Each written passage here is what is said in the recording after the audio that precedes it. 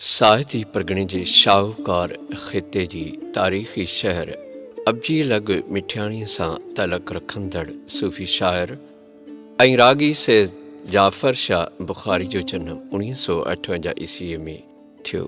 संदसि वालिद जो नालो सैयद फ़क़ीर मोहम्मद शाह बुख़ारी आहे। सैयद जाफ़र शाह जे हिन वक़्तु उमिरि 64 साल जे क़रीब आहे, पर संदसि आवाज़ कला जी खेतर में अॼु बि जावेदान आहे। सैयद जाफ़र शाह जी सिंध में सुञाणप हिकु सूफ़ी शाइर तौरु आहे, छाकाणि त संदसि हिकु काफ़ी सिंध में वॾी मनता माणी, जंहिंजा लफ़्ज़ हिन रीत आहिनि: ख़ुदा जे वास्ते दिलबर वेझो भली न आ पर एॾी विथी न कर। खुदा जे वास्ते दिलबर, खुदा जे वास्ते दिलबर, ओ वेझो भली न आ, वेझो भली न आ पर एॾी विथी न कर। खुदा जे वास्ते दिलबर, खुदा जे वास्ते दिलबर। संदसि टिनि किताबनि जेतिरो मवादु अणछपियल मौजूदु आहे। सैयद जाफ़र शाह बुख़ारी जो चवणु आहे त हू राग में हुसैन बख़्श ढांढीअ खां मुतासिर थियो, जॾहिं त उस्ताद मिठल मीरासी, गुलज़ार अली ख़ान सांगड़ाई, ग़ुलाम कंबर मीरासी वारनि सां संदसि काफ़ी रिहाइणियूं थियूं। सैयद जाफ़र शाह जी शाइरीअ खे सिंध जे नाले वारनि रागियुनि ॻायो आहे, जिन में उस्मान फ़क़ीर, अनवर हुसैन विस्तड़ो, सोराब फ़क़ीर, मांझी फ़क़ीर, वज़ीर अली शाह, रऊफ़ मक्सी, एजाज़ फ़क़ीर ख़ासखेली, रब्बानी फ़क़ीर चांडियो ऐं ॿियनि संदसि शाइरीअ खे ॻायो आहे। सिंध जे हिन सूफ़ी सादे माण्हूअ खे हुकूमती इदारनि ऐं आर्ट जी मुख़्तलिफ़ तंज़ीमुनि हमेशह विसारे छॾियो आहे। जीअं चवे सॼण तीअं जाई ॿियनि जी रीस करण बेजाए। जीअं चवे सॼण तीअं जाई, जीअं चवे सॼण तीअं जाई ॿियनि जी रीस करण बेजाए, ॿियनि जी रीस करण बेजाए। कॾहिं को लड़ी आयो तव्हां ॾे? न साईं, कॾहिं बि न। कंहिंखे चयो अथऊं तॾहिं बि कमु कोन था थियनि। चयो अथव त तॾहिं बि कमु कोन था थियनि। तव्हांजे कलाम ते त झूमंदा आहिनि, ख़ुशि थींदा आहिनि। हा बिल्कुलु, इहे ॻाल्हियूं अथनि या मिलंदा आहिनि त मतिलबु सां, या मूंखे मां भली चई विझां कुझु बि पुछंदा कोन, कमु मुंहिंजो कोन कंदा। कमु कंहिं बि न कयो आहे असांजो, न को छोकिरे खे नौकिरी, न को ॿियो के शयूं तॾहिं ॿियनि खे मिलंदियूं आहिनि, असांखे न मिलंदियूं आहिनि। न, हिन जो सबबु छा आहे त हिन जे दौर सां या त तव्हां सियासतदान हुजो, उन्हनि सां थोरो हलो घुमो, या त ॿियो असां वटि वरी ॿी शइ आहे त घणो अचणु वञणु, ईअं खणी चऊं, मां खुलियल लफ़्ज़नि में चवां थो त सनी थुली कजे, कमदारी कजे वॾनि माण्हुनि जी, त पोइ त कोन था वञी सघूं।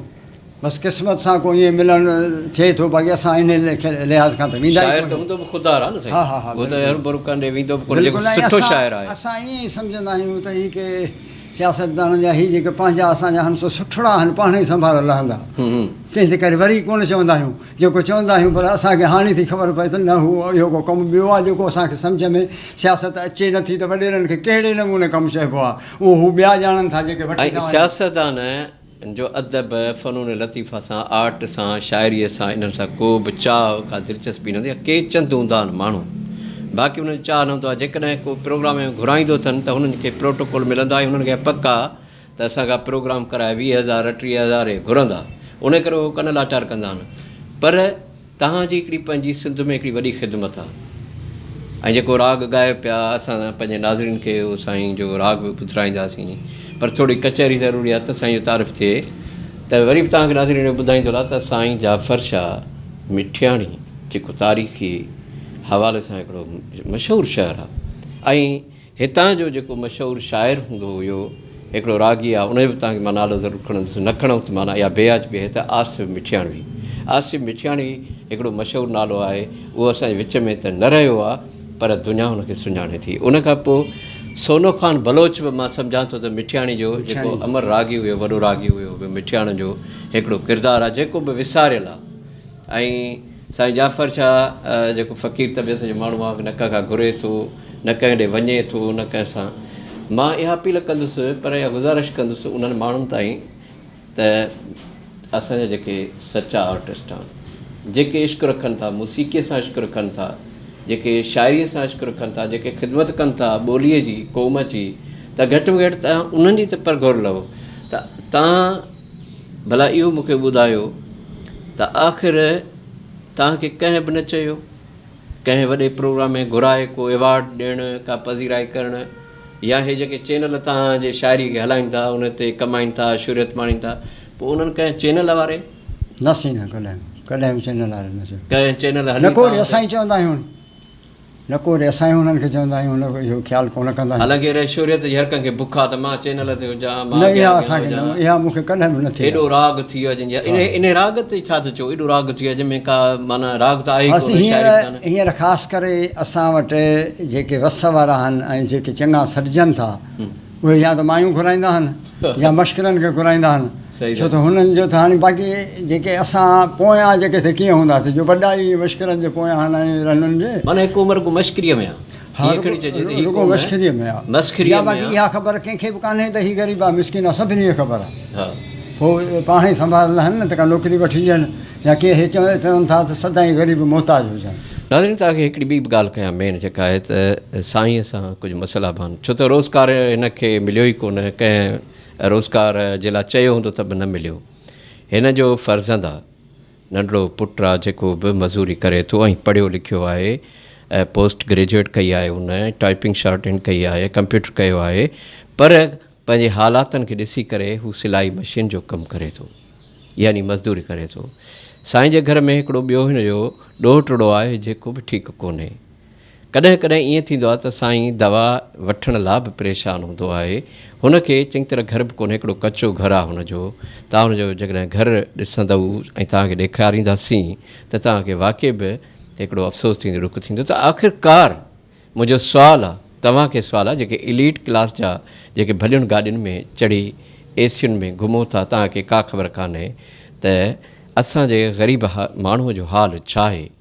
तव्हांजी हुकूमत आहे, पर उन हुकूमत में छा इहो इदारा बंदि आहिनि जेके 5-6 इदारा कमु पिया कनि हिन आर्ट ते। ख़ासि तौर ते मां कल्चर डिपार्टमेंट खे मयार ॾींदुसि, साईं सरदार शाह खे मयार ॾींदुसि त उहे आख़िर छो था अहिड़नि अमर किरदारनि खे टच कनि, उन्हनि ॾे छो था वञनि, उन्हनि जी परगोर छो नथा लहनि, ऐं उन्हनि खे उहा परगोर लहणु खपे।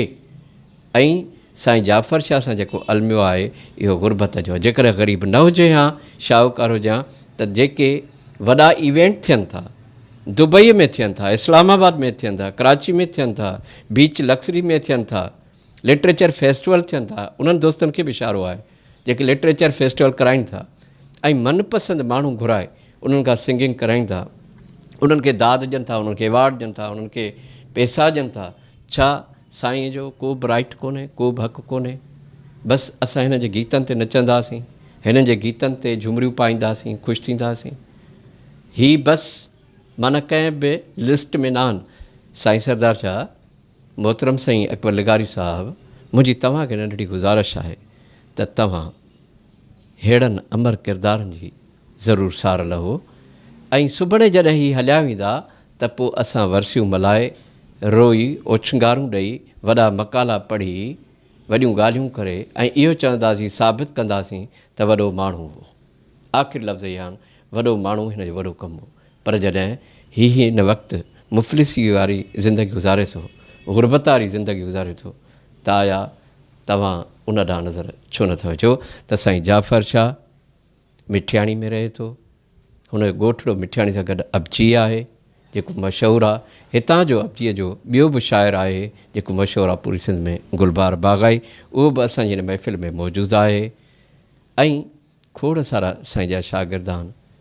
मुंहिंजी इहा तव्हांखे इल्तिजा आहे। साईं खां पुछूं था आख़िरी मैसेज, तव्हां पंहिंजे नाज़रीन खे, पंहिंजे गवर्नमेंट खे, पंहिंजे इदारनि खे छा था चवणु चाहियो?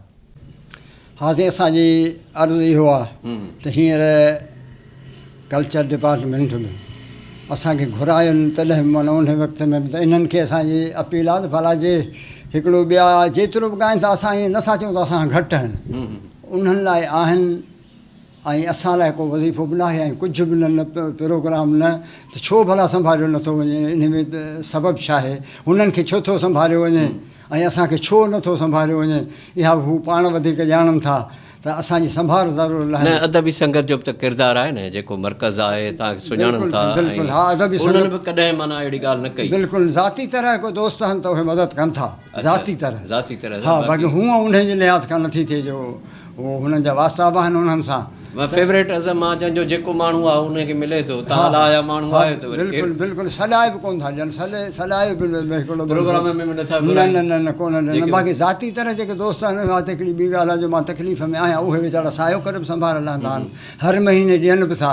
अच्छा, हितां जो अॻुवाण आहे असांजो मिठियाणी जो, पर हिन तक जो मोहतरम मुमताज़ चांडियो साहिबु वेरे असेंबली मेंबर आहे, सिंध असेंबली मेंबर आहे, भला उन कॾहिं का पर घोर या कॾहिं का अहिड़ी का ॻाल्हि? बिल्कुलु साईं, हा उन बिल्कुलु जॾहिं बि मां हुनखे चयो आहे त वीचारो संभाल उन महिल ई रहंदो आहे, तव्हांखे प्यार ॾिए? हा हा बिल्कुलु उन महिल ई संभाल, मयारी कोन्हे को न सिर्फ़ु इहा उनखे असांजी गुज़ारिश आहे त जीअं नौकिरी मुंहिंजे नंढड़े खे न आहे त अहिड़ी महिरबानी थी वञे जो असां मुहताजी खां बचूं, जो कंहिंखां घुरूं घुरूं न, बाक़ी हुन खां जॾहिं बि असां हुन बिल्कुलु असां सां तमामु सुठो हलियो।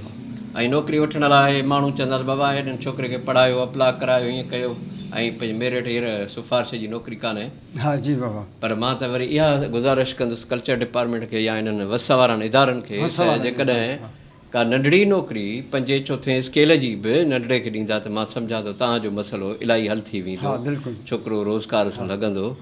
ऐं असांजी इहा ई ख़्वाहिश आहे त जाफ़र शाह जहिड़ा जेके किरदार आहिनि, जेके ख़िदमत कनि था, त उन्हनि खे बि अॻिते आंदो वञे, उन्हनि खे बि प्रोमोट कयो वञे। साथ ई परगणो TV कोशिशि इहा कई आहे त भेटाई चयो त लिका भुणनि लोक में असां उन्हनि माण्हुनि खे मुतारिफ़ करायूं, उन्हनि माण्हुनि खे खणी अचूं जिन खे कंहिं बि यादि न कयो आहे, ऐं उन्हनि खे यादि करण सां इहो थींदो त तव्हां जेको उन्हनि खे ॿुधो था या तव्हां जेके उन जूं शयूं तव्हां ताईं पहुतियूं आहिनि त उन्हनि खां वाक़ुफ़ु थींदो त फलाणो माण्हू हीअ आहे। त साईं जाफ़र शाह हिकिड़ो ग़रीब हाल मिसकीन फ़नुल लतीफ़ा सां इश्क चार कंदड़ ऐं राग ऐं शाइरी संदसि जेको आहे सो इश्कान ऐं ग़ुरबत जे हाल में ज़िंदगी गुज़ारे थो। अॼु जेका तव्हां डॉक्यूमेंट्री ॾिठी अला कंदो उनखे पसंदि कंदो ऐं साईं जे हिन कम खे बि वधीक शेयर कंदो जीअं दुनिया ताईं पहुचंदो। असांजे चैनल खे बि सब्सक्राइब कंदो। अव्हां जो पंहिंजो मीज़बान हसन शाह सुफ़ाणी तव्हां खां वठे थो इजाज़त त जेॾांहुं पेर तेॾांहुं ख़ैर। तुंहिंजे नेणनि ही मन घायो आहे, तुंहिंजे नेणनि ही मन घायो आहे, तुंहिंजे नेणनि ही मन घायो आहे। वेंदे बाट हलुनि खे रुकायो आहे, वेंदे बाट हलुनि खे रुकायो आहे। तुंहिंजे नेणनि ही मन खायो आहे, तुंहिंजे नेणनि ही मन खायो आहे। वेंदे बाट हलुनि खे रुकायो आहे, वेंदे बाट हलुनि खे रुकायो आहे।